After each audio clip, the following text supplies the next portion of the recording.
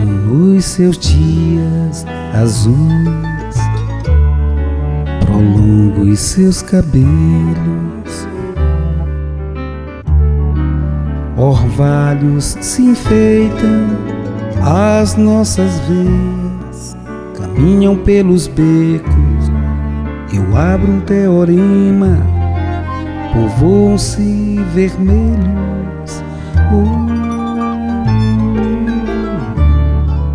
A chuva no horizonte em você,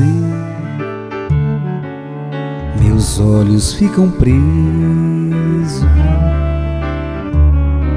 e como a demora de vir seu beijo, meu lábio fica meio no meio do caminho, meus grilos ficam acesos.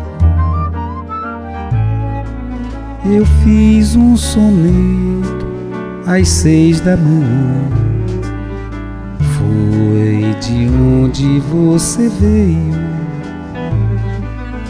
e quando a dor simula romã, ninguém mais sai ileso. Por mais que você some no som, eu te vejo em Renoir, a luz que viaja no século XII, condensa o seu olhar. Eu abro o pôr do sol e você não está mais lá. Eu leio seu e-mail feliz, compondo no piano.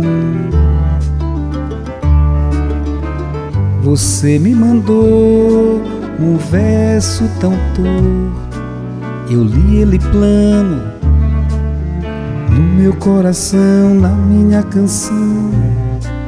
Os seus cabelos são desumanos, porque não permitem